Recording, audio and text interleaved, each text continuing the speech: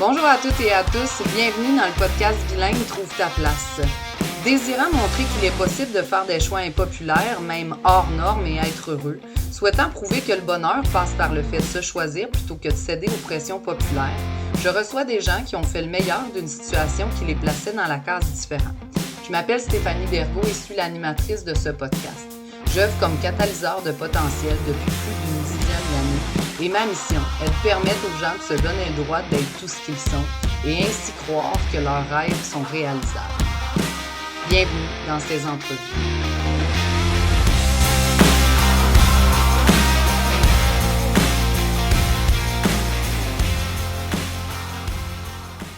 Bonjour à toutes et à tous, bienvenue à Trouve ta place, le podcast bilingue où on parle avec des gens extraordinaires que j'aime profondément. Je les ai tous choisis. Je suis full gâtée en plus. Je me sens super privilégiée que les gens aient répondu comme ça.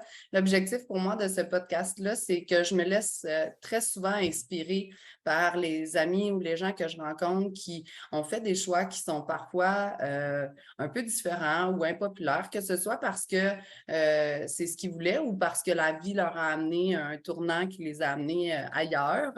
Puis j'avais envie de discuter avec ces personnes-là. Aujourd'hui, je commence avec toi, Lani. Je suis vraiment gâtée et chanceuse. Merci d'avoir accepté mon invitation. Ça me fait vraiment plaisir de parler avec toi aujourd'hui. Ça me fait plaisir de parler en général, mais avec toi particulièrement aujourd'hui.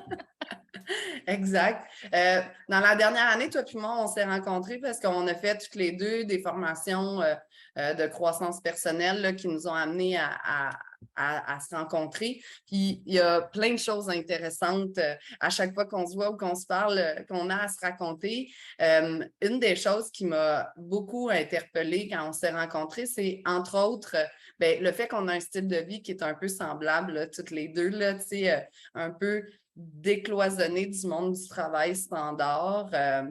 J'aimerais ça que tu me parles un peu de toi pour qu'on arrive à ce que vous faites, ton chum et toi, aujourd'hui. Dis-moi, plus jeune, tu as fait quoi comme études? Parle-moi un peu de toi, de ta famille, présente-toi. Parfait. Je me présente. Donc, je m'appelle Lani Archambault, à l'aube de mes 35 ans. J'ai un parcours quand même, oui, un parcours quand même très typique. Tu sais, du point de vue des études, là, vraiment, tout s'est enchaîné très naturellement. Tu sais, après secondaire, j'ai été au cégep. Après mon cégep, je suis rentrée à l'université. Après mon bac, j'ai fait ma maîtrise. J'ai fait le bac, la maîtrise en psychoéducation. Ça prenait la maîtrise pour être membre de mon ordre professionnel directement en sortant. J'ai eu mon premier emploi, j'ai été admise dans l'ordre. Fait que ça c'est vraiment, tu sais, tout s'est enchaîné très, très naturellement. Je viens pas d'une famille où mes parents n'ont pas d'études, ni un ni l'autre, mais m'ont toujours comme encouragée. J'avais beaucoup, beaucoup de facilité à l'école. Fait que ça, tu sais, pour moi, ça n'a jamais été vraiment un questionnement. Au secondaire, tu m'as demandé dans quoi tu veux étudier. J'hésitais pour le domaine, mais j'hésitais pas pour les études. Pour moi, c'est comme si ça passait par là. Je ne m'étais pas questionnée là-dessus. Oui. Arrivée dans le monde du travail, par contre, j'étais convaincue que je n'allais pas être une employée toute ma vie. Ça, c'était sûr. J'ai eu une maman. Ma maman est encore vivante aujourd'hui, mais elle ne travaille plus dans le même domaine. À ce moment-là, quand j'étais petite, elle était esthéticienne, technicienne en épilation, puis elle avait son bureau à la maison. Je trouvais, tu sais, puis moi, j'étais comme un peu de la génération où les mamans allaient travailler, puis que les services de garde dans les écoles commençaient, les camps de jour aussi. Et je me trouvais donc choyée de pouvoir aller dîner à la maison, d'être à la maison après l'école, puis d'avoir ma mère présente, même si des fois, ma mère était comme « OK, je remonte dans une heure », tu sais, elle avait son bureau dans le sous-sol, elle allait faire une cliente ou deux, puis elle revenait avec nous.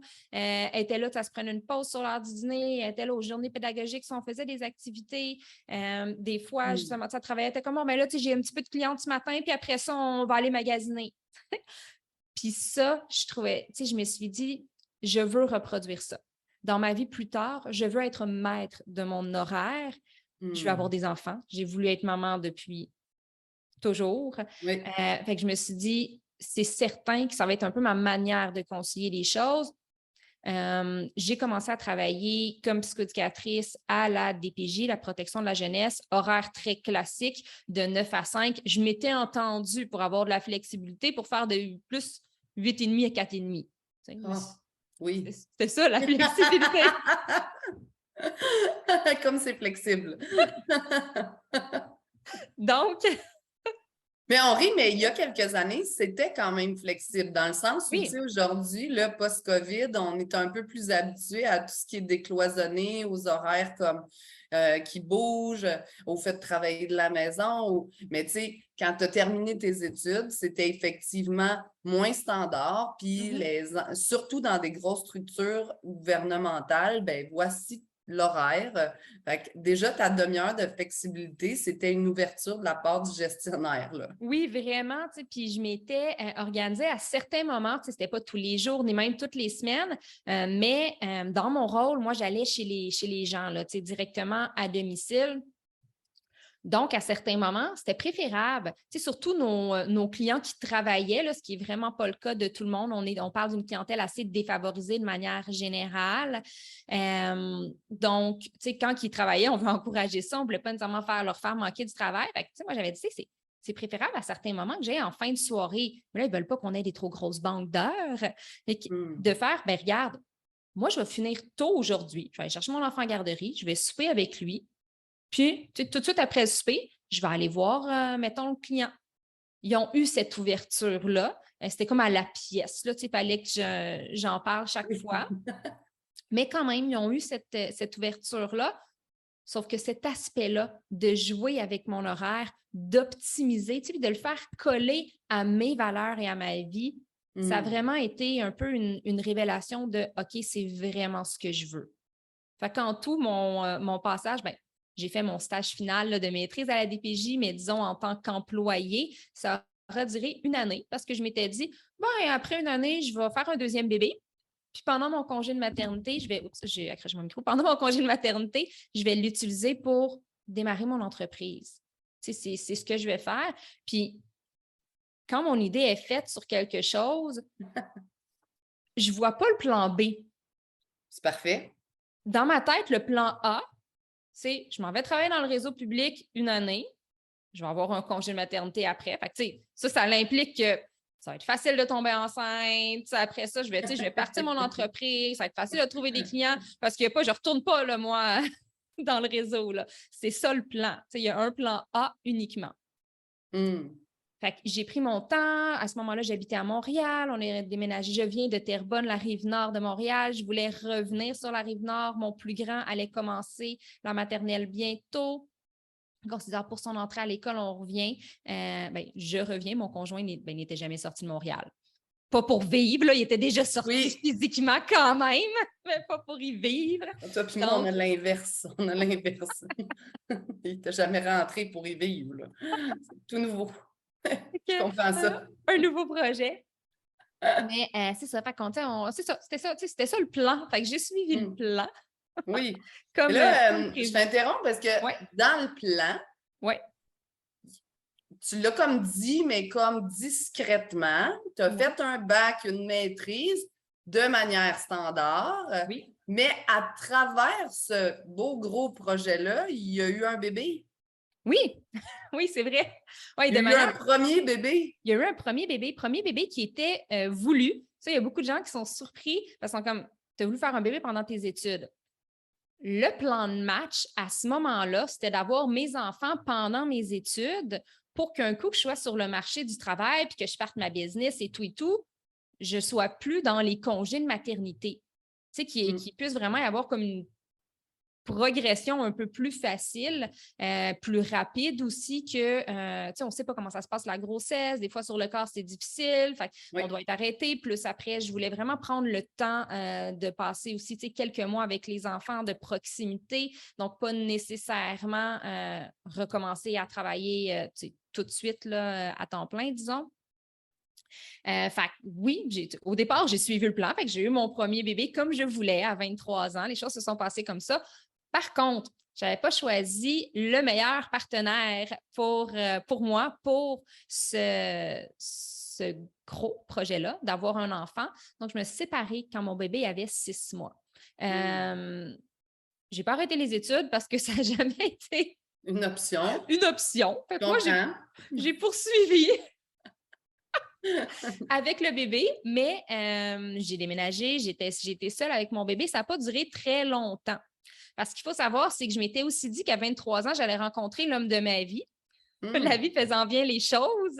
Une grande force de manifestation. Je l'ai rencontré à 23 ans, même si je ne m'y attendais pas du tout, parce que je ne le cherchais pas. À ce moment-là, je le cherchais. J'étais concentrée. Ben oui, exactement. J'étais concentrée dans ma tête. C'était mon bébé, mes études. J'ai 23 ans à ce moment-là. Je suis monoparentale. J'ai un petit bébé de quelques mois. Je suis aux études. On s'entend que je suis aux études, j'ai un bébé, je ne travaille pas. Oui, mon CV le vase est plein. Ben, oui, et mon CV de vie, il n'est pas tellement attrayant. Pour un homme qui, lui, a un beau CV de vie puis qui est comme... moi, je sais où je m'en vais, ma carrière a commencé, je veux fonder une famille. C'est comme, ben moi, mes études ne sont pas tout à fait terminées. Ah, tu travailles où? Ben, je ne travaille pas parce que le reste de mon temps, je le passe avec mon fils. Ah, ouais, tu as un enfant de quel âge, tu sais? Ah, j'ai un enfant de 6-7 mois. C'est pas nécessairement c'est très drôle, je n'avais jamais vu ça comme ça. Mais le plus attrayant, tu sais. J'allaitais tout, là, tu sais. Fait que c'est comme... Tu fais pas. Mais je dois avoir une personnalité vraiment extraordinaire et un magnétisme fou parce que... Oui, parce qu'il est encore là. Parce qu'il est encore là après 11 années. Donc, j'ai rencontré quelqu'un, mais oui, le parcours académique scolaire, lui, c'est toujours poursuivi. C'est ce qui explique aussi en partie la différence d'âge entre mes deux garçons. Là. Ils ont 4 ans et demi de différence parce que, cette fois-ci, j'ai voulu m'assurer que c'était la bonne personne avant d'avoir un bébé. Puis là, je me suis dit, peut-être que ça serait mieux de terminer les études puis d'y aller plus progressivement avant l'arrivée du deuxième bébé.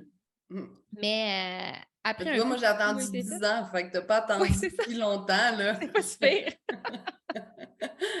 Mais tu sais, je t'écoute parler, puis souvent, là, on est attiré par les gens qui ont des choses qui nous ressemblent, et ça, même sans savoir l'histoire, là, parce que toi et moi, ça a pris quand même quelques mois avant qu'on partage ce type d'informations-là, mais j'ai un parcours un peu similaire au tien, là, tu sais, quoique j'ai été plus mêlée pour l'école, là, mais un peu comme toi, je savais que je ferais des études. Puis, quand j'étais plus jeune, je me suis dit, ah non, pas médecine, ça va être trop d'années d'études. Puis finalement, j'ai fait l'équivalent, sinon plus. Je me suis dit la même chose! Dans une autre branche, mais tu sais, comme la vie m'a amenée ailleurs. Mais comme toi, tu sais, moi, j'ai eu le relais, je venais d'avoir 22 ans avec un partenaire de vie qui était celui que j'avais depuis quelques années. Puis, tu sais, bien qu'on soit encore très amis aujourd'hui, c'était effectivement pas forcément cette personne-là pour les projets ambitieux que j'avais. Puis quand Lorelai, elle avait 2 ans, on s'est séparés. Puis moi aussi, j'ai rencontré Fred 6 mois après m'être séparée en mode « je veux personne dans ma vie ». Puis, il est encore là 15 ans plus tard. Fait qu'il a été patient, puis il a attendu que je sois prête à ce que ce soit très sérieux. Puis moi, ça m'a pris 10 ans avant d'en avoir un autre. Puis quand on a eu Joshua, on s'est dit, est-ce qu'on arrête là ou est-ce qu'on en a un autre? On s'était donné 6 mois pour y réfléchir. 2 semaines après, j'apprenais que j'étais déjà enceinte de Laetitia. Fait que, tu sais, comme, j'ai un parcours un peu similaire au tien. Puis l'école, pour moi, a été, tu sais, moi, j'ai comme toi choisi de ne pas arrêter l'école. Tu sais, j'ai accouché en novembre. Mes profs m'ont permis de faire mes examens de cette session-là en différé, puis d'amener Lorelai dans sa coquille à l'époque pour que je puisse faire mes examens en décembre.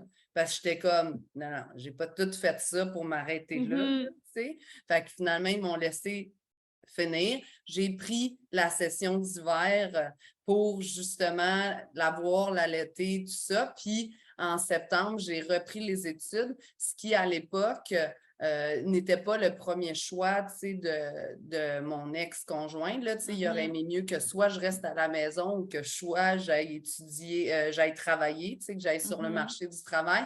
Puis c'était fortement inconcevable dans ma tête d'arrêter avant la fin du bac minimum, là, tu sais. Fait que j'étais comme, non, c'est pas possible. Fait que, tu sais, de fil en aiguille, ça a amené justement au fait qu'on ne soit plus ensemble. Puis après, ben, j'ai continué mes études, puis je travaillais en restauration en même temps pour avoir un horaire flexible, comme tu le disais tout à l'heure. Fait que je trouve que, tu sais, les ressemblances sont quand même très grandes, là. Oui, vraiment. Puis c'est très drôle. Moi, j'ai accouché de Kylian en janvier. Donc, moi, les examens de fessée, toi, tu fait tes examens en différé. Moi, je les ai faits en décembre. Certains avec des contractions. Ah oui, madame. Avec, en fin de grossesse, avec mes profs qui étaient comme, sors aux toilettes, comme le nombre de fois que tu veux, c'est correct. J'allais comme respirer. Je rentrais. Je finissais mon examen. Oh, wow. J'en ai pas manqué un. J'ai tous très bien réussi aussi. Mais j'étais vraiment comme assidue. Puis c'est comme, il n'y a pas d'autre option. Non, c'est ça. Mais c'était pas lourd pour moi. Tu sais, des fois, quand j'en parle, c'est comme, mais pourquoi tu t'es infligé ça? Il y a des gens qui... Mais à ce moment-là, c'était pas... Je ne m'infligeais rien. C'était ça le plan. Puis je vivais avec. Puis j'étais très, très bien avec ça. Tu sais, mais quand j'en parle, après coup, des fois, je fais comme... Ouais, c'était peut-être intense. J'ai pris une session à distance pour alléger ma session d'automne qui allait commencer en septembre, moi aussi, parce que je n'ai pas fait mon stage là, cet hiver-là. Je l'ai reporté à l'autre hiver, la même raison que toi, là, exactement. Donc, j'ai fait un cours à distance. Puis à ce moment-là, c'est ça. La flexibilité de l'université a été de me dire, il n'y a pas de problème, on peut décaler le début de 4 semaines parce que sinon, ça commençait pile autour de ma date d'accouchement. Fait que j'ai commencé mon cours à distance quand mon bébé avait, je pense, 3 ou 4 semaines à peu près. C'est fou, hein? C'est quand même extraordinaire. Tu me dis ça, puis je me dis, Kim, tu sais, moi, mon père m'avait dit, tu fais jamais rien simplement. Tu sais, puis là, du haut de mes 22 ans, ben 21 ans, enceinte, à l'université, je me disais, mais pourquoi il me dit ça? Puis là, ben finalement, tu sais, moi, j'en ai eu 2 autres 10 ans plus tard, alors que j'avais presque terminé mes études, parce que le deuxième, j'ai fini ma maîtrise puis ma rédaction, alors qu'il naissait, là, tu sais. Joshua est né en juillet 2014, puis j'ai déposé mon mémoire en novembre 2014. Fait que là, tu sais, clairement, il y a quelque chose qui me plaisait dans le processus, là, où, tu sais, moi, les grossesses, c'est des moments de création, là. J'ai déposé un mémoire, starter une business à chacune de mes grossesses. Que, tu sais, il y a comme quelque chose. Mais tu me dis ça, mais avec le recul, quand effectivement je t'écoute ou que je m'écoute, je me dis, ouais, c'est clair que c'était pas le plus simple. Il a raison, le mot est le bon mot. Je trouvais pas ça compliqué, je trouvais pas ça lourd, je trouvais pas ça difficile, je n'étais pas malheureuse de rien de tout ça. En fait, c'était tous des choix que j'avais faits. Mais quand je regarde ça, je me dis, ouais. La restauration, l'université, l'école, la garderie. Mais tu sais, si tu parles à ma fille qui va avoir 18 ans bientôt, là, elle va te dire qu'elle trouvait ça fabuleux. Parce qu'elle se levait le matin, elle n'était pas rushée, je l'amenais à la garderie quand elle était prête, je ne l'amenais pas les jours où je n'avais pas des gros travaux à faire ou est-ce que je n'avais pas d'école. Tu sais, fait elle a été là pendant. Elle a été avec moi, c'est celle qui a été avec maman, parce que mes 2 autres ont été beaucoup avec papa parce que notre rythme de vie l'a permis, mais elle a été avec moi, tu sais, jusqu'à ce qu'elle rentre à l'école. Moi, l'école, ça a été le gros choc, là. Tout le monde me dit avoir des enfants, c'est un choc, là. Moi, c'est quand elle est rentrée à l'école puis que quelqu'un d'autre ou une autre structure venait m'imposer son horaire, là. Tu sais, il fallait qu'elle soit en classe à 8 heures. Fait qu'il fallait la coucher à des heures qui faisaient du sens. Il fallait la lever. Il fallait qu'elle soit prête. Là, j'étais oh mon Dieu. Oh mon Dieu, que je trouve ça contraignant, cette histoire-là. C'était comme ça faisait longtemps qu'il n'y avait personne qui m'avait imposé son horaire, on va dire ça comme ça, là. Fait que c'est fou comment il y a plein de choses entre toi et moi qui sont comme semblables. Fait que là, deuxième grossesse, mettons qu'on revient là, t'as à peine 27, 28. Là, 27, oui, quand j'accouche de mon deuxième. Puis là, tu t'étais dit, je ne retourne pas. Je pars ma business. Exactement. Dis-moi, qu'est-ce qui s'est passé? Ben, c'était ça le plan. Fait que j'ai suivi le plan. C'était écœurant être bonne de même pour suivre un plan. Fait que je me suis dit, je suis psychoéducatrice, membre de mon ordre professionnel. Ce que je veux faire, c'est de la pratique privée parce que ça va me permettre de concilier mon horaire. Je vais voir mes clients au moment où ça me tente de voir mes clients, tu sais. Mm-hmm. Mais on a déménagé à travers tout ça. Je voulais prendre mon temps. On a fait construire une maison. Je faisais un peu de bénévolat et tout. Fait que je me suis dit, je vais prolonger un peu mon congé de maternité pour me permettre de travailler, de commencer dans le fond un peu le travail, créer mon premier site Internet. Je n'avais jamais fait ça de ma vie. Fait que, bref, il s'est quand même passé plein de choses pendant ce moment-là de ma vie. Première journée de garderie de mon tout petit, c'était la journée de la rentrée scolaire de mon plus grand et c'était la journée que j'ai eu mon premier client. Wow! Fait que les 3 choses dans la même journée. Grosse journée, beaucoup de larmes peut-être? Grosse journée? Non, même pas. Quand mes enfants commencent, je suis une personne hyper émotive, très près de mes émotions, et moi, tout sort en larmes. Je suis très contente, je pleure. Je suis triste, évidemment, je pleure. Je suis fière, je pleure. Je suis en colère, émue. Tout, ça sort comme ça. Et là, je te dirais que c'était la fierté pour moi et pour eux. Ah oui, ça s'est passé dans la facilité, dans la simplicité. Mon petit coco, il est parti avec son éducatrice. J'ai eu les yeux pleins d'eau de fierté, mais je n'ai pas eu de pleurs ou ça ne m'a pas heurté de comme faire « Oh non, je vais être séparée de mon enfant, puis c'est quelqu'un d'autre qui va s'en occuper. » Puis non, je pense que j'étais rendue là, il était rendu là. Bon, c'est sûr que j'avais le luxe de faire mon horaire. Fait que, c'était pas nécessairement 5 jours par semaine qu'elle allait à la garderie, ni des très grosses journées non plus. Fait que sans doute qu'il y a peut-être quelque chose de réconfortant aussi là, pour mon cœur de maman qui aime beaucoup être en présence de ses enfants.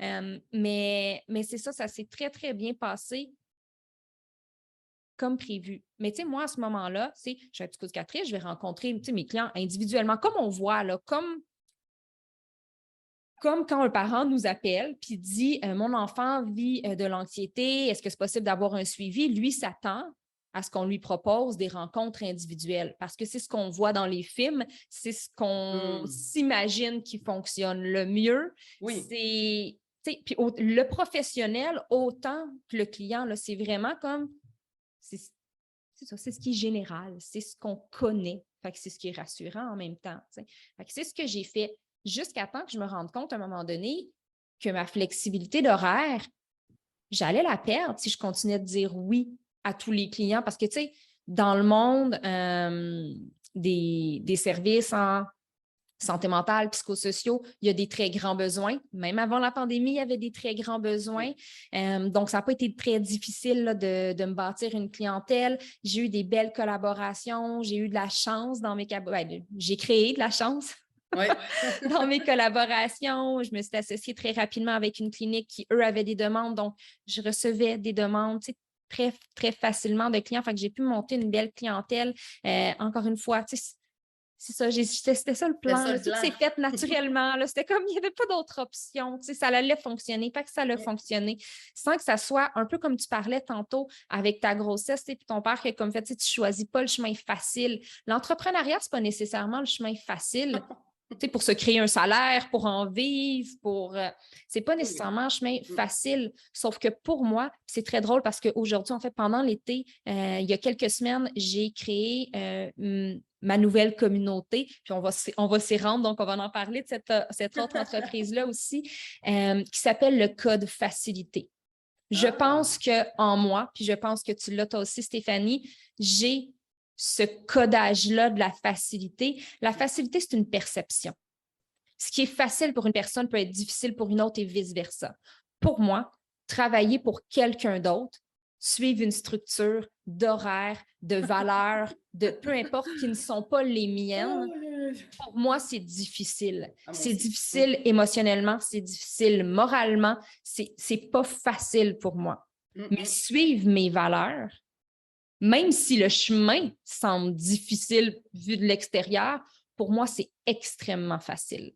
Donc, de m'aligner à ce code facilité-là que j'ai en moi en faisant, si tu suis ton cœur, ça semble cliché, là, mais suis ton cœur, suis tes valeurs, crée ta vie comme tu as envie de la créer. Et oui, ça va être facile. Tu n'es pas obligé de le faire dans la souffrance. Je n'ai jamais souffert dans le processus. Tout s'est vraiment présenté un peu naturellement. Mais à un moment donné, je me suis rendu compte que j'avais des choix à faire. Puis je devais soit dire non à des personnes en souffrance pour me respecter moi, mettre mes limites, puis garder mon beau rythme de vie, puis être présente auprès de mes fils, puis de mon conjoint aussi, tu sais, parce que j'ai parlé beaucoup de mes enfants, mais pour moi, l'équilibre quotidien entre du temps pour moi, pour lire, pour m'entraîner, pour connecter avec des gens, j'en veux tous les jours de ma vie, du temps pour mon couple, pour être vraiment juste lui et moi. J'en veux tous les jours de ma vie, du temps avec mes enfants en famille, individuellement ou avec les deux enfants, j'en veux tous les jours de ma vie. Donc, j'ai cet équilibre-là de vie, je le crée, si on veut, au quotidien et c'est non négociable pour moi.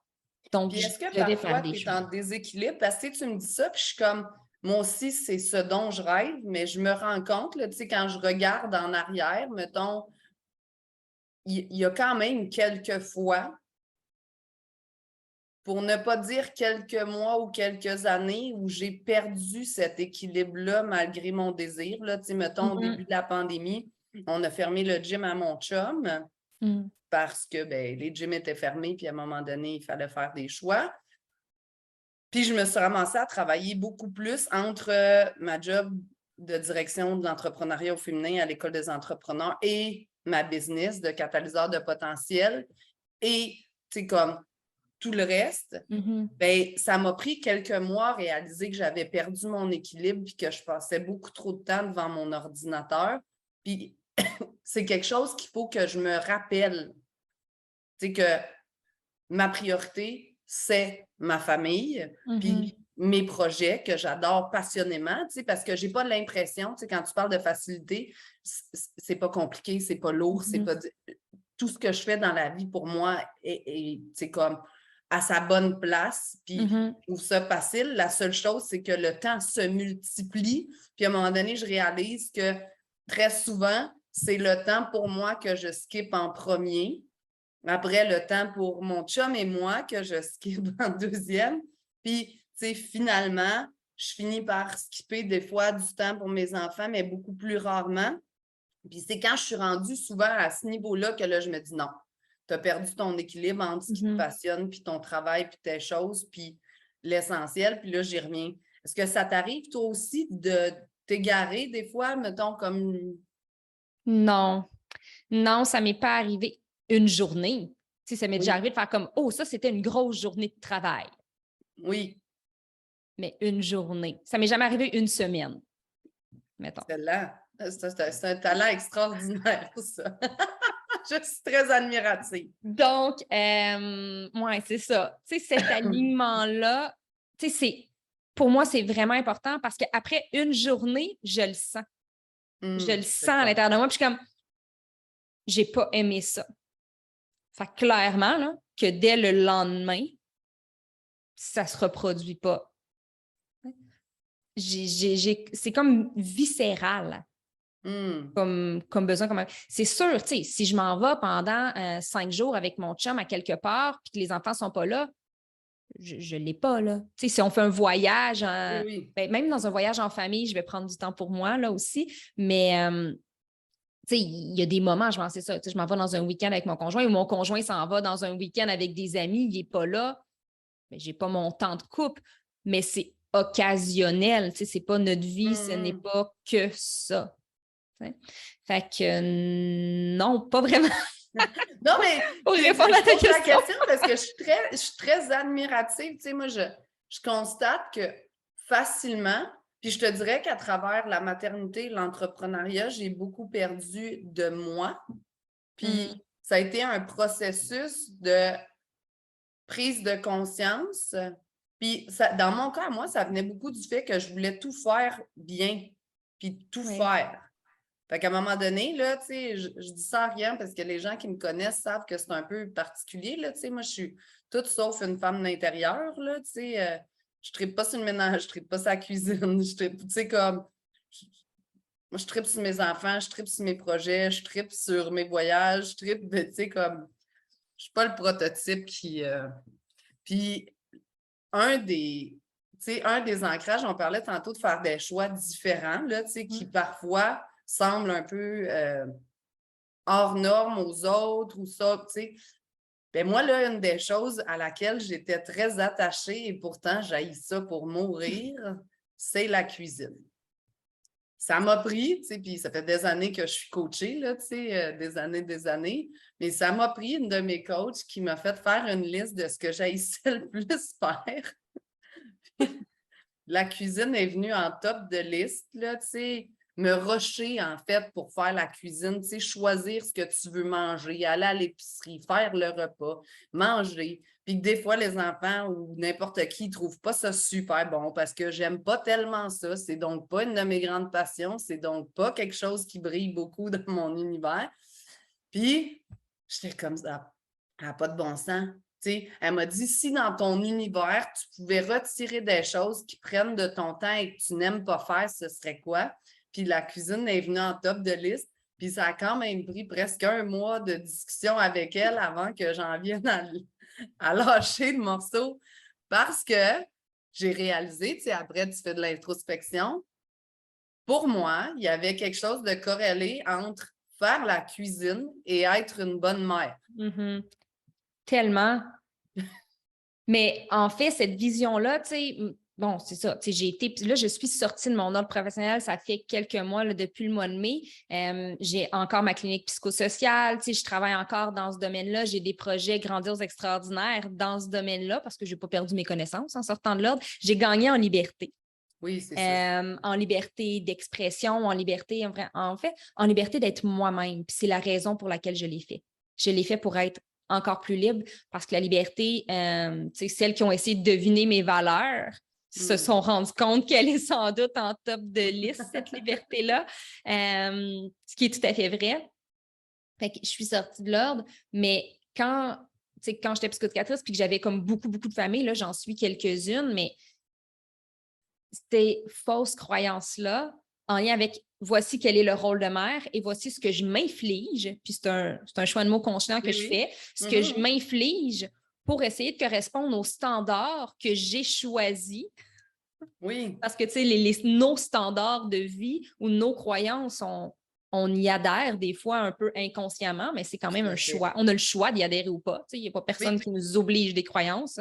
Donc, on s'inflige des choses comme la cuisine, le ménage, rester dans une relation de couple parce qu'on croit que c'est la bonne chose à faire en fait pour nos enfants, ou il y a une panoplie de choses, rester dans un emploi. J'ai une maman enseignante qui me disait comme je l'aime pas le monde de l'éducation, j'y crois pas au système, je suis pas bien, mais elle est enseignante dans le système parce que oui, mais tu sais, ma retraite, qu'est-ce que je vais faire? Oui, mais tu sais, mon fonds de pension, ma stabilité d'horaire, mes congés l'été, mais il y a des choses qu'elle aime, mais il y a des choses auxquelles elle ne croit pas, puis elle reste quand même dans ce système-là.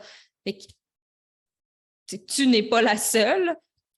Grand nombre, pour ne pas dire la majorité, voire presque la totalité des parents et des familles que j'ai suivies étaient attachés à certaines croyances comme ça, qui les tiraient, qui les drainaient. Tu sais, tantôt, tu dis ça prenait du temps, mais outre le temps, ça prend de l'énergie, ça prend beaucoup d'énergie pour accomplir une tâche qu'on n'aime pas. Puis ça amenait énormément d'insatisfaction de part et d'autre. Parce que j'aimais pas ça, faire ça.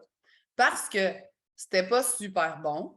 Parce que les enfants sont très critiques et très honnêtes. Donc, quand ils me disaient que c'était pas bon, puis qu'en plus, j'avais fait à manger puis que je n'étais pas contente, j'étais comme...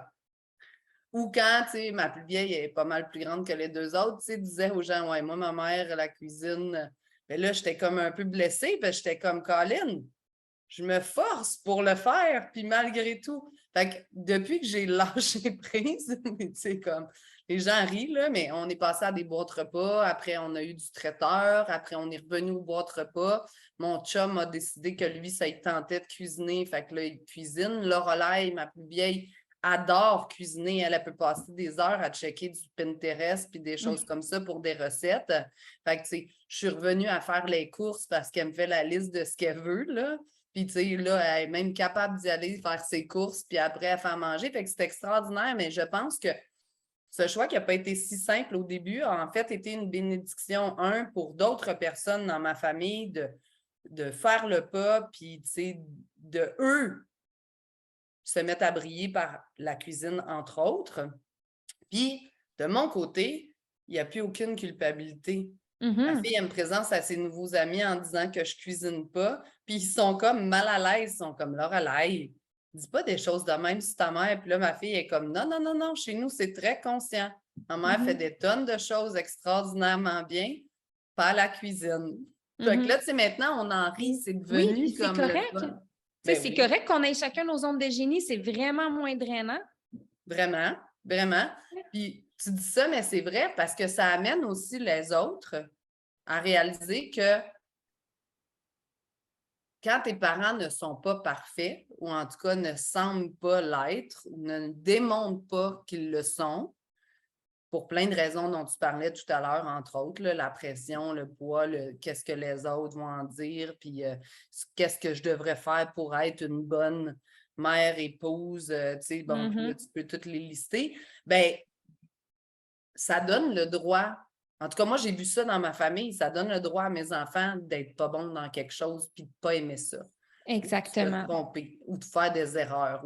J'étais comme, ah ouais, il y a eu un gros shift quand moi, j'ai arrêté de tout vouloir jongler. Puis que maintenant, ben, il y a plein de balles que j'ai décidé de laisser à terre, d'autres que j'échappe de temps en temps, puis d'autres que je maîtrise comme vraiment. Puis c'est extraordinaire parce que ça permet à tout le monde chez nous de faire de même.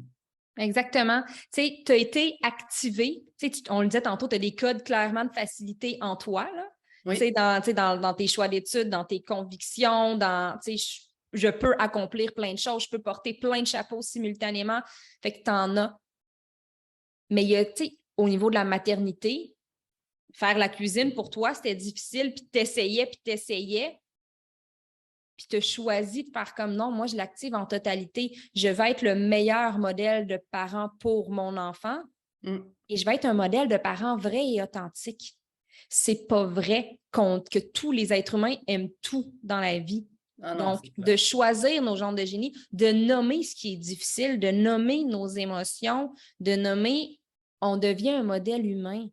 Tu sais, qu'est-ce qu'on veut que nos enfants reproduisent plus tard? Si on demandait s'il y avait un panel de parents devant nous, est-ce que vous souhaitez, qu'est-ce que vous préfériez? Que votre enfant, qui devient un adulte, fasse des tâches et reste dans une relation, par exemple, qu'il n'aime pas pour bien paraître?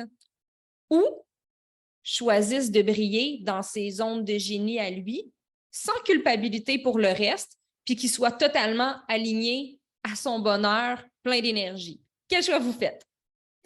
Puis c'est tellement plus facile, en tout cas, je ne sais pas pour toi, mais moi, des fois, je le fais, l'exercice, autant pour moi qu'auprès de mes clients, qu'auprès de mes enfants. Il y a des choses que quand tu les fais pour toi ou quand tu les considères pour toi, on dirait que tu ne les vois pas immédiatement.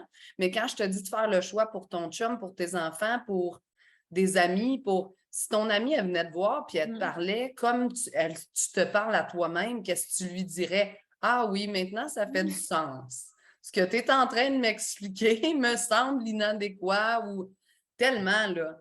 Mais je pense quand même, puis c'est pour ça que le podcast trouve ta place, son importance, du moins à mes yeux, ou en tout cas m'apporte à moi énormément. Puis c'est un projet que, tu sais, je materne, on va dire, depuis longtemps, là. C'est exactement ça. C'est que moi, j'appelle ça créer des brèches. Il y a des gens qui aujourd'hui vivent dans un statu quo qui ne leur correspond pas en se disant « je n'ai pas le choix ».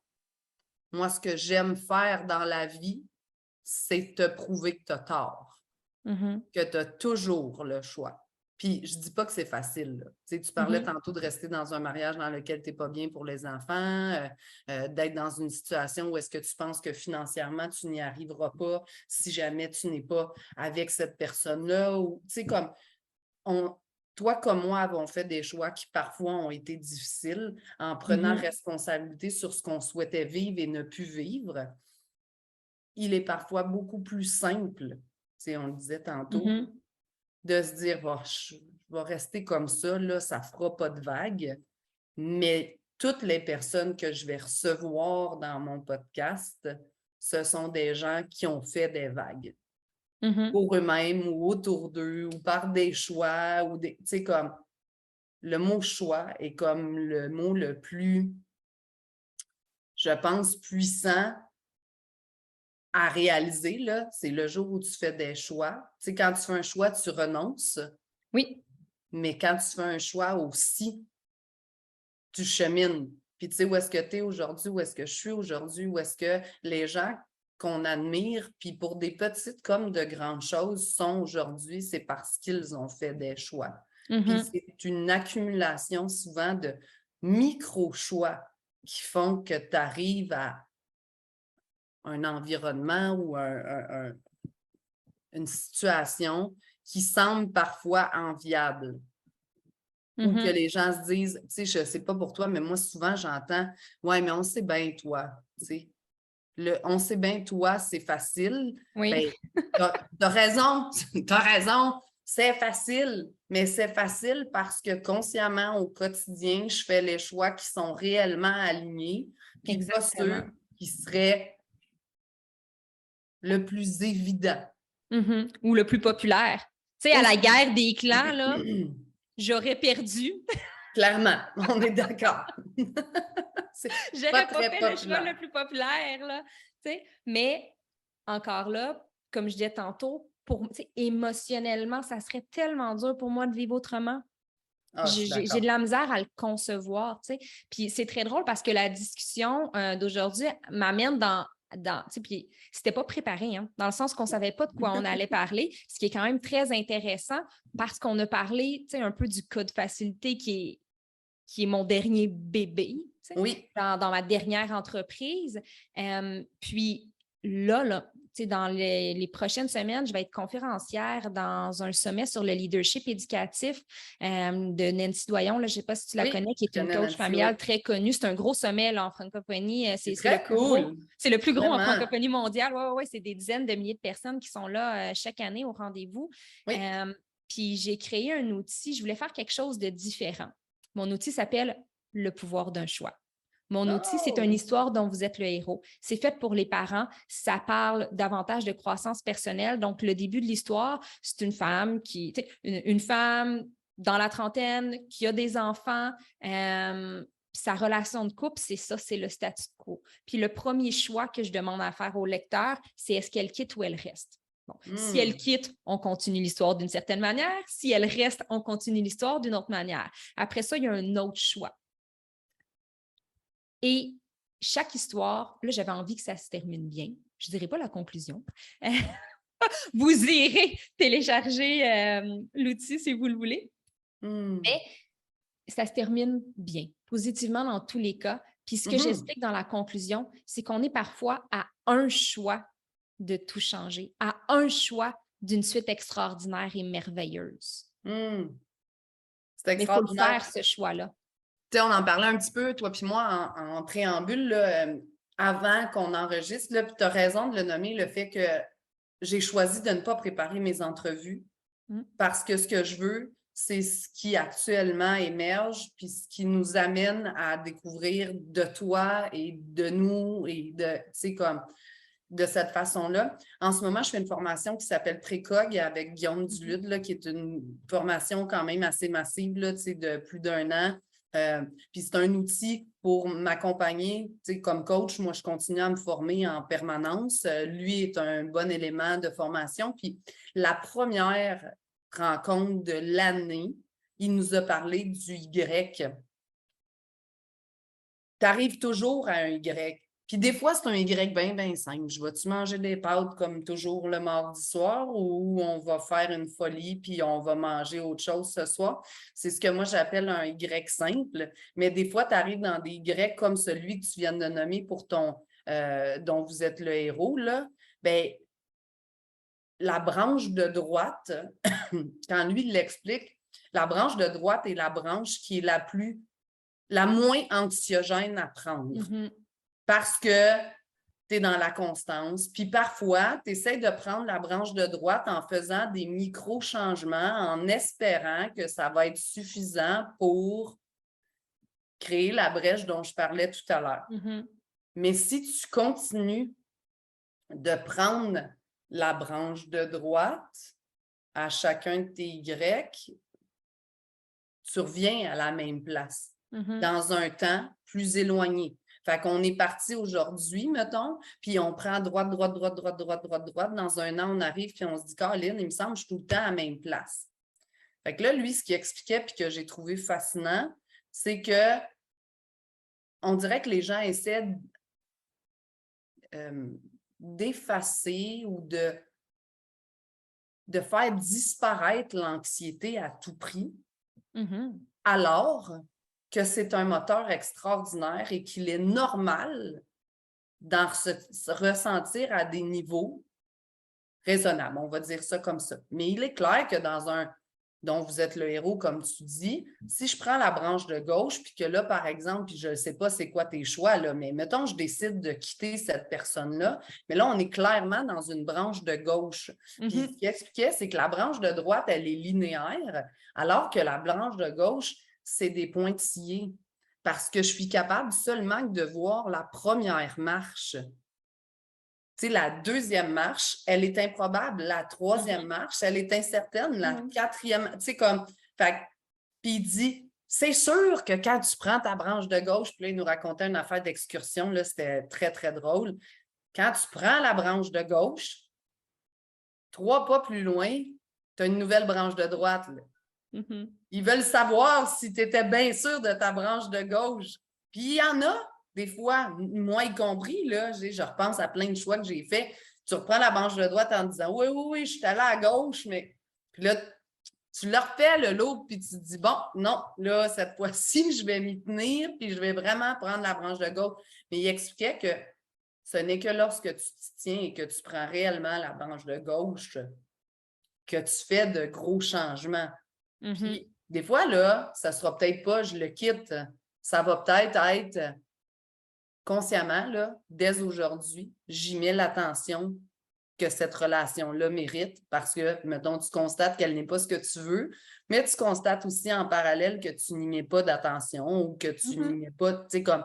Fait, les branches de droite ne sont pas obligées d'être toujours aussi drastiques de je laisse ma job, puis je pars en affaires, je laisse mon chum, puis je me reconstruis. Exactement.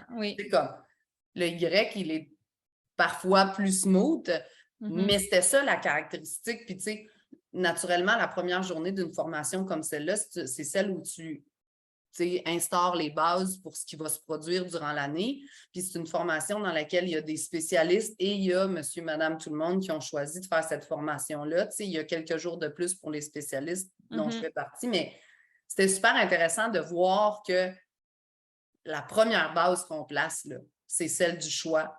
Oui. Puis avec celle du choix vient celle de la responsabilité. Moi, ça, c'est la première affaire que je travaille en coaching avec mes clients. Si tu ne prends pas responsabilité sur ce que tu vis en ce moment, tu ne changeras jamais rien puis tu ne feras pas de choix. Là, ça ne peut pas être la faute du voisin, la faute de tes enfants, la faute de tes parents, la faute de ton chien, la faute de... C'est la tienne. Oui, mais tu sais, ça revient au... on a fait tous les deux une année dans le bundle annuel de Mélanie Ann Layer dans Alpha Femme. Elle en parle constamment, le pouvoir, en fait, personnel versus un peu le pouvoir circonstanciel. Tout à fait.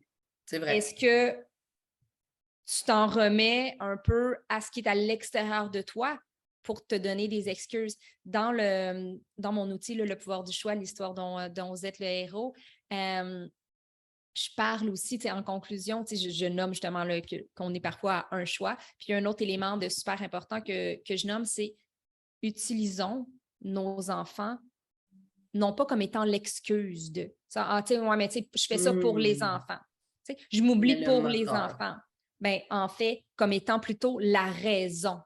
Je choisis d'être heureuse dans ma relation amoureuse parce que c'est le modèle, on en parlait tantôt, c'est le modèle que je veux être pour mes enfants. Je préfère être l'humaine imparfaite aux yeux de la société, mais qui se choisit consciemment pour mes enfants. Parce que mes enfants, ils ont plus de chances de reproduire le modèle qu'ils ont vécu à la maison. Là. Fait que le modèle du parent qui se choisit, si je me choisis. Puis, tu vois, c'est drôle ce que tu dis parce qu'on se disait tout à l'heure, c'est qu'on s'était séparés de notre premier conjoint. Ce qui m'a fait faire le pas à l'époque, c'est que je me suis dit que je préférais qu'elle me voie heureuse qu'elle me voie avec. Puis, c'est vraiment ça. Puis, tu sais, je venais d'avoir 24 ans, je manquais de beaucoup, beaucoup de ressources. Là, tu sais, aujourd'hui, avec le recul, 16 ans plus tard, là, j'aurais, tu sais, avec la maturité et l'âge des ressources, j'en aurais eu plus, c'est sûr, ça fait partie du jeu quand tu vieillis, mais à ce moment-là, c'est ça qui m'a fait faire ce choix-là, c'est de me dire, tu sais, qu'est-ce que je veux qu'elle apprenne. Puis encore aujourd'hui, ils sont mon meilleur moteur, mais aussi mon meilleur professeur, là. C'est parce que je découvre à travers eux des parties de moi que j'avais enfouies. Tu sais, on parlait d'émotions tantôt, apprendre à les nommer. Là. Moi, ça n'a pas toujours été une grande facilité, là, pour ne pas dire une grande complexité. Là, tu sais, moi, j'avais comme un ton bien égal, puis j'avais décidé que j'étais trop intense, puis que c'était aussi bien de pas tout ressentir ça. Mais tu sais, quand tu ressens plus de colère, de frustration, de tristesse, parce que ça ne sont pas de bonnes émotions, ben, tu ressens plus de grande joie, d'extase. Puis j'ai eu un enfant, Joshua, qui est une boule d'émotions, là, tu sais, c'est l'hypersensibilité incarnée à travers tout, là, tu sais, comme l'essence, autant que les motifs. Puis quand il était tout petit, j'étais comme, mais comment je vais faire? Tu sais, il était tellement débordant d'émotions que là, je me disais, mon Dieu, OK. Et la réponse que je me suis donnée, que j'ai découvert, c'est ben, tu n'auras pas le choix de reconnecter avec tes émotions à toi. Tout à fait. Que j'ai fait avec, tu sais, là, je suis à 8 ans, là, fait que ça fait 8 ans que c'est un projet de vie, là, parce que des fois, où est-ce que je me dis, Colin, c'est pas si simple, mais c'est un des choix, tu sais, comme de Y, là, qui a. Parce que quand tu rouvres ça, là, t'as bien beau avoir 32 ans, là, quand tu commences à apprendre à gérer tes émotions, pas toujours simple, pas toujours le fun, pas toujours. C'est comme. Fait que quand tu parles de ça, tu sais, moi, je trouve ça tellement intéressant. J'ai comme envie, là, qu'on skip un peu, là. Tu sais, on parlait de quand tu étais, quand tu as parti ta première business. J'ai comme envie de skipper un petit peu de cette étape-là pour. Parle-moi de ton dernier bébé. Ben, en fait, explique-moi ce que tu fais maintenant pour que les gens, parce que moi, je sais, là, pour Ben, que les gens puissent nous maintenant, oui, c'est ça. Tu sais, ben, maintenant, comme je disais, la clinique psychosociale existe toujours. Il y a des psychoéducatrices qui travaillent vraiment, qui font les suivis individuels. Moi, je suis plus à la partie innovation. Je crée les formations. Là, j'ai un super beau projet qui s'appelle le parcours transformationnel pour parents modernes. C'est vraiment un accompagnement de 12 mois où on va justement en profondeur. Puis ce qu'on vient retrouver, là, l'affaire principale, c'est notre liberté, la légèreté, le plaisir, le bonheur, parce que l'enfant qui vit dans cette maison-là où les parents sont pleinement heureux, nécessairement, si on veut que nos enfants soient heureux plus tard, là, c'est le chemin le plus rapide et celui qui est le plus, qui est le plus safe, qui est le plus sûr. Donc, si l'enfant vit entouré de ça, c'est ce qu'il va vivre plus tard. Là. Il y a ça dans cette entreprise-là. J'ai plein de beaux projets, comme je disais, je suis conférencière, j'ai écrit un livre. Vraiment comme ça, c'était ma première entreprise. Mais en étant dans le monde de l'entrepreneuriat, j'ai rencontré d'autres entrepreneurs. Et pour moi, ça a été facile de me partir en affaires. J'ai donc commencé à conseiller des gens qui venaient me voir, comme, tu as une business, ça a l'air de bien aller, tu as grandi, tu as des employés, comme, tu gères ta famille, tout a l'air de bien aller pour toi. Puis à chaque fois que je te vois, tu as comme un sourire, quand tu nous dis, genre, je vais bien, on le sent que c'est vrai la nuit. On le sent que c'est pas juste, je suis une maman d'hockeyeur, donc je suis souvent dans les arénas. C'est pas rare que les conversations sont en surface. Ah, tu as passé une belle semaine? Oui, toi, oui. Si je me le faisais dire de plein de gens, on le sent que ton oui, ça va bien. C'est un vrai oui. Comment tu fais? Puis là, il y a des entrepreneurs qui me le demandaient. Fait que, moi, avec mon grand cœur, j'ai choisi la relation d'aide comme profession. Fait qu'on comprendra que j'aime aider les gens. Fait que je les aidais. Fait qu'à un certain temps, je me suis dit, pour vrai, j'aime vraiment faire ça. Ça m'allume vraiment beaucoup d'aider les entrepreneurs. Donc, pourquoi j'en ferais pas une carrière aussi? C'est pas parce que j'ai une première entreprise que je ne peux pas en avoir une deuxième. Fait que j'ai commencé à aider les entrepreneurs. C'est très 360 comme accompagnement parce que pour moi, la partie de la femme elle-même ou de l'humain, elle est importante. La partie, tu sais, si on est un conjoint, une conjointe, c'est important. Le rôle de parent est important. Tous les rôles sont importants. Donc, je m'assure de tout concilier, puis tu sais, de faire croître l'entreprise à travers tout ça aussi.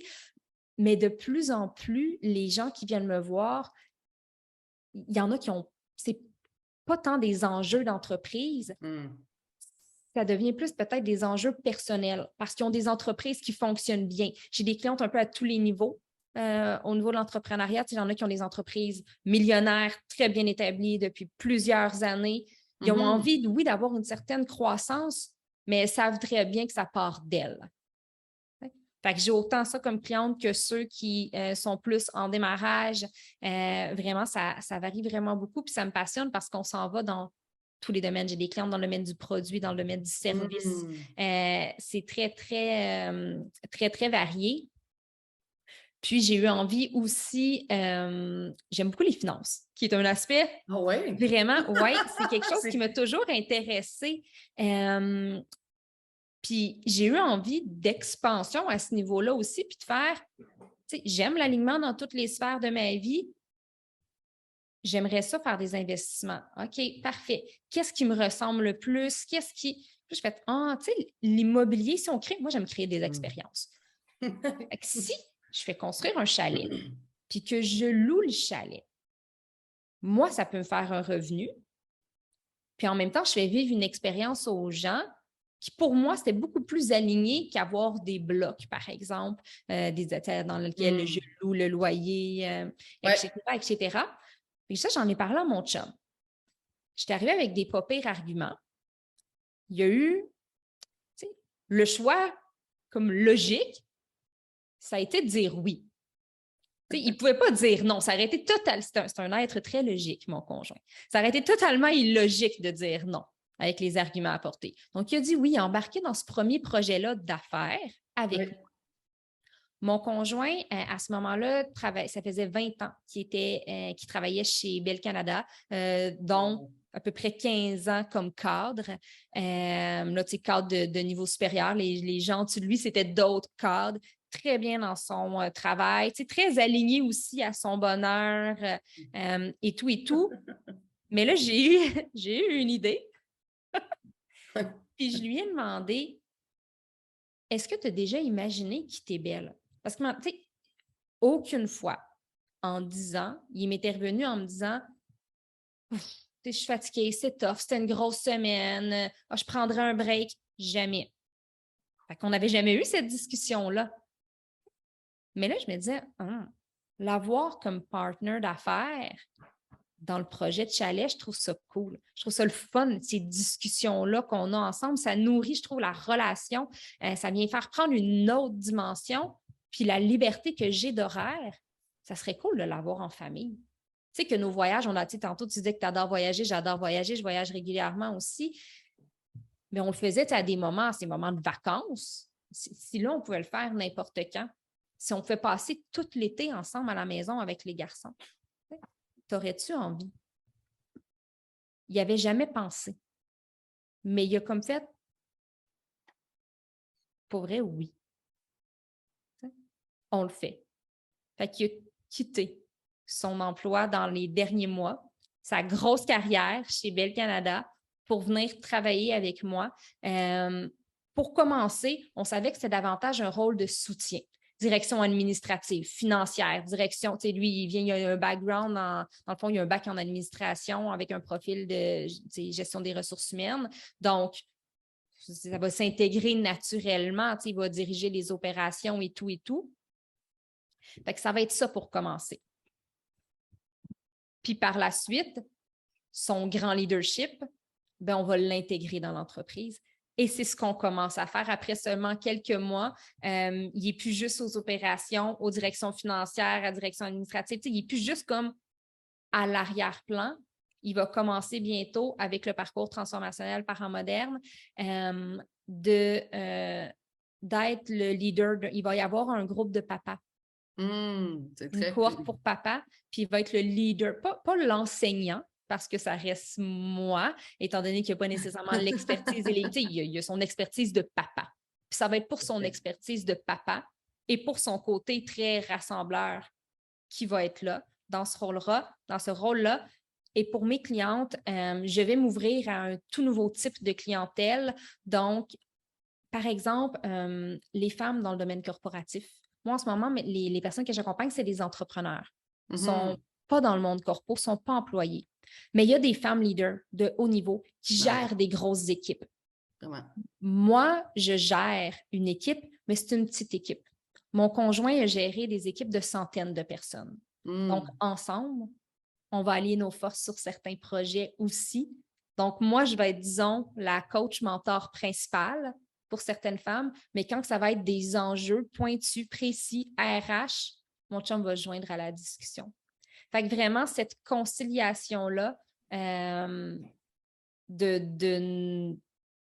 notre couple, de notre rôle d'amoureux, de notre rôle de parent qu'on a amené dans le monde des affaires, je trouve ça vraiment, vraiment, très cool. Vraiment merveilleux. Puis c'est encore plus aligné à mes valeurs et à cette liberté-là. C'est un petit peu comme si ma propre liberté, ma propre propension au bonheur, ma propre création venait de prendre de l'expansion en intégrant d'autres personnes dans mes projets. C'est vraiment très cool. Puis c'est un beau... tu sais, comme on parlait de shift, là, tu sais, mais c'est comme un choix dans la continuité sur plein d'aspects. Puis moi, je dis souvent, là, tu sais, puis je suis un peu comme toi, là, j'ai fait beaucoup de choses, bien que j'ai comme, moi aussi, l'humain, là, tu sais, la traque de l'accompagnement est là depuis toujours. Puis comme toi, maintenant, moi, j'accompagne principalement aussi là, deux types de clientèle, là, des entrepreneurs. Puis je dis souvent à rien, les gens qui veulent tout sacrer là. C'est ceux qui se réveillent un matin et qui sont comme aïe aïe.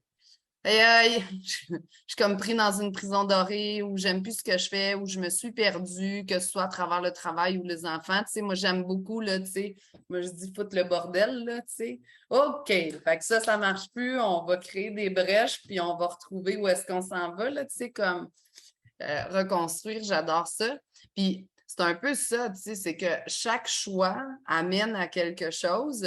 Puis, tu sais, aujourd'hui, là, quelqu'un qui te rencontre puis qui se dit « Ah, oh, wow! » Tu sais, la mienne, elle a comme une vie rêvée, elle voyage, son chum travaille avec elle dans sa business et tout ça. Tu sais, moi, ce que je rappelle souvent aux gens, c'est qu'il y a un trajet. Tu sais, comme la vie, l'entrepreneuriat, la maternité ou la parentalité, ce sont des trajets. C'est pas une destination. Il n'y a pas comme un jour où tu arrives, là, puis tu n'es plus parent, ou tu es encore parent, mais tu n'as plus de responsabilité, ou ton entreprise, elle a atteint, tout ça, ce sont des trajets. Fait qu'à un moment donné, c'est le processus qu'il faut apprécier, parce que si tu attends d'être rendu abouti pour être heureux, pour aimer ce que tu fais, pour te sentir bien, Fait que, c'est ça, les micro-choix qui amènent à... Comme je t'écoutais parler, puis je me disais en moi-même... Tu sais, moi, une des choses que je fais puis que tu dois faire consciemment ou inconsciemment, là, mais tu le disais un peu tout à l'heure, quand il y a une journée que j'aime pas, le lendemain, elle se reproduit pas, là. Tu sais, moi, j'évalue et je réévalue souvent dans ma tête ou même sur papier les différentes sphères de ma vie, là.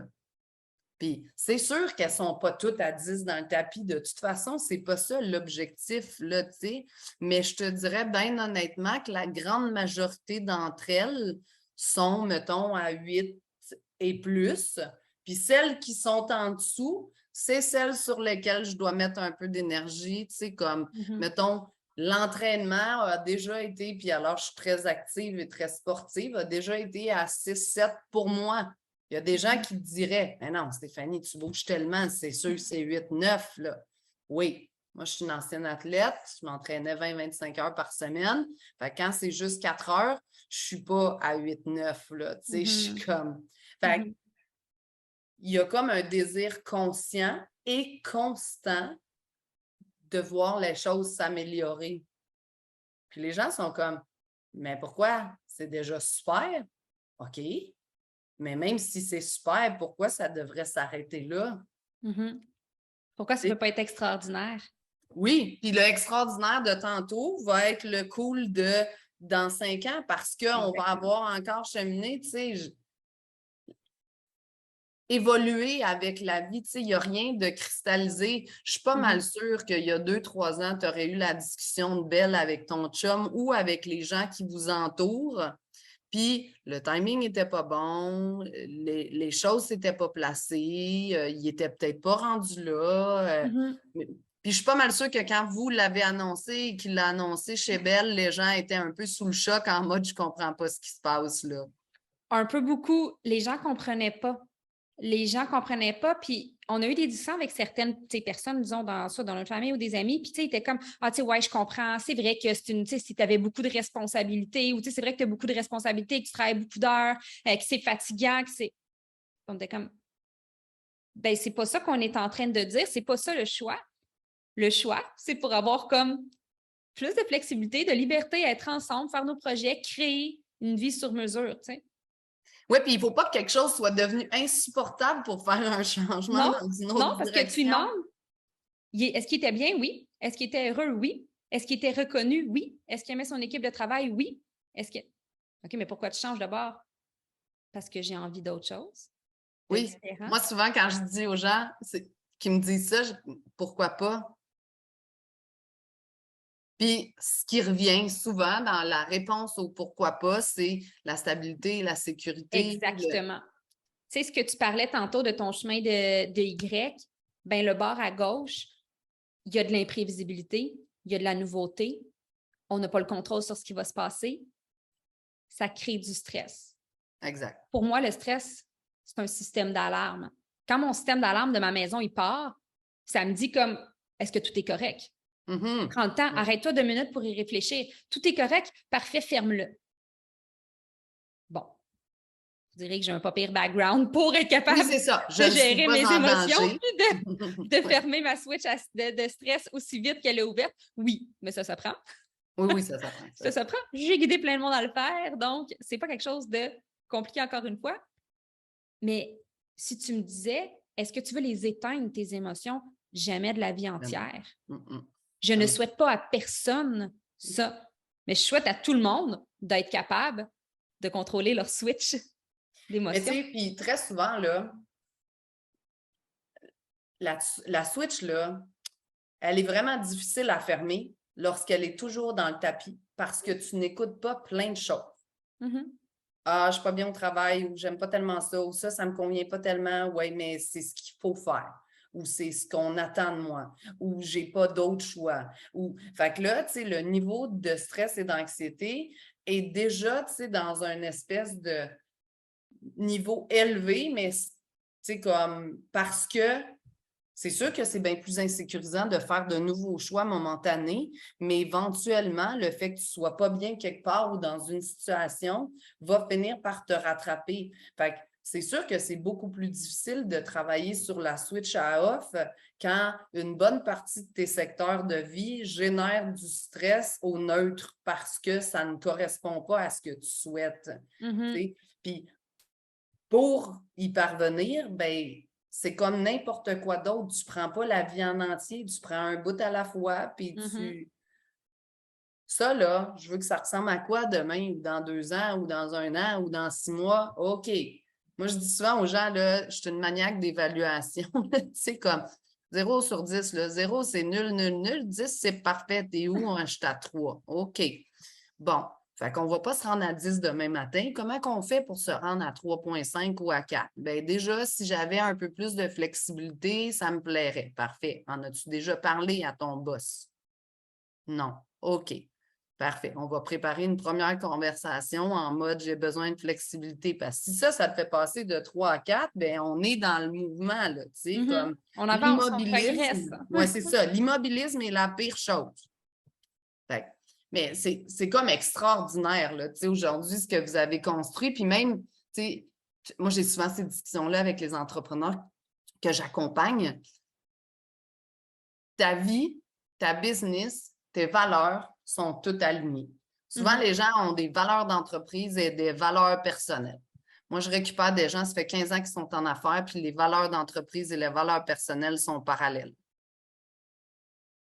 Ça demande une grosse job, mais ça ne s'arrimera jamais adéquatement si tu n'es pas dans... Tu sais, que ce soit la tienne, d'ailleurs, d'entreprise ou que ce soit celle de quelqu'un d'autre, si tes valeurs personnelles sont en contradiction avec les valeurs de l'entreprise dans laquelle tu évolues, ça ne fonctionne pas. D'autant plus si tu es la tienne. Tu sais, moi, j'ai rencontré des entrepreneurs extraordinaires qui, après 10, 12, 13 ans, 14 ans, 15 ans, disaient genre, j'ai failli vendre. Ah oui, pourquoi? Ben, j'étais complètement à côté de la traque, j'aimais pas ça. OK, puis pourquoi tu n'as pas vendu? Ben, parce que j'ai réalisé que c'était à moi puis que je pouvais le changer. Puis là, comme dans un couple, comme dans un projet, on commence à bifurquer, puis aujourd'hui, l'entreprise ne ressemble plus à ce qu'elle ressemblait il y a 6 mois, il y a 2 ans, parce qu'elle ressemble vraiment à eux autres. Puis quand tu leur dis le travail, un peu ce qu'on se disait tout à l'heure, 365 jours par année, je suis en congé parce que ce que je fais me plaît profondément. Oui. Fait que, tu sais, c'est qui disait, là, tu sais, comme si tu aimes ce que tu fais, tu n'as pas l'impression de travailler, là. Ben, c'est un peu ça l'objectif. Exactement. Tu sais, le feeling, c'est ça. C'est d'être toujours un peu en vacances, toujours un peu dans les projets. Mais dans les projets, c'est excitant dans la création. Fait que cet esprit-là d'avoir l'impression d'être libre totalement dans toutes les sphères de ma vie, puis de faire des choix conscients, alignés, c'est tellement précieux, c'est tellement léger, c'est tellement agréable. Bien, je suis tellement d'accord avec toi. Puis, on va finir là-dessus parce que toi puis moi, on pourrait parler pendant 10 ans là, de tout plein d'autres affaires, mais je pense que d'être aligné à ses valeurs, puis tu sais, on n'en parle pas suffisamment dans le monde de tous les jours, on va dire ça comme ça, là, mais c'est toi et moi, la valeur de liberté, elle est incroyablement forte et elle est nécessaire. Il y a des gens, à l'inverse, par exemple, c'est une valeur de sécurité qu'ils ont besoin. Oui. Bien, ce qu'on est en train de raconter là peut être très, très anxiogène pour quelqu'un dont c'est la valeur prioritaire. Et c'est parfait. C'est toi, ton alignement versus tes besoins et ton facile, tu sais, dont tu parlais tout à l'heure. Vraiment. Puis ça, c'est vraiment important de le souligner. Puis c'est ce qui fait qu'il y a une diversité aussi d'emplois. Parce que si on était toutes pareilles, qu'on aimait toutes la même chose, qu'on avait toutes les mêmes valeurs, ça serait très difficile de faire une société complète. C'est cette complexité-là de l'humain, cette différence-là qui font que c'est exceptionnel et que c'est merveilleux. Tu sais. Vraiment, tout à fait. Écoute, Lani, merci d'avoir pris autant de temps pour jaser avec moi. On a abordé tellement de sujets intéressants et variés à travers ton parcours de vie, puis plein de choses, tu sais, qu'on affectionne particulièrement toutes les deux. J'espère que les gens qui nous écoutent ont aimé la discussion et ont pris eux aussi des petits morceaux. Hein? Même moi, il y a plein de choses avec lesquelles je repars, puis je suis comme ça c'est très bon, c'est une bonne idée. Je te remercie de ton temps, c'était vraiment le fun. Ben, merci à toi pour la belle discussion. Merci à toi pour l'opportunité. C'est toujours un plaisir de se parler, Stéphanie. Merci beaucoup tout le monde. Au revoir. Bonne journée.